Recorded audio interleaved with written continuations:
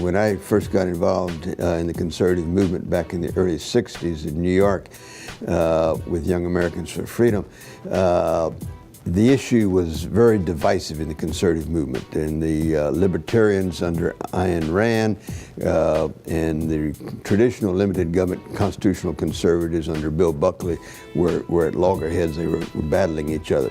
And under Bill Buckley's leadership, the traditional conservatives prevailed. And the libertarians tried to take over the Republican Party, the conservative movement, and failed. And they were kind of silent for, I don't know, the next 35 years or so, but recently they're coming back. It's a mixed bag for conservatives, in my opinion.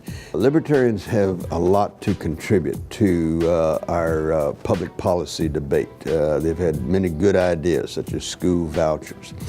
But when they operate politically, they usually end up, quite frankly, being very destructive. Lots of good Republicans, particularly out west, have lost elections in the last 25, 30 years because a libertarian ran against them in the general election and got 1%, 2%, 3% of the vote, causing them to lose.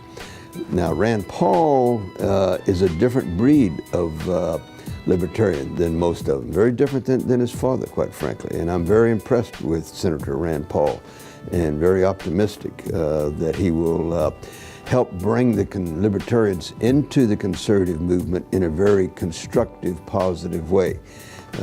Because the libertarians have a lot to offer, particularly Rand Paul.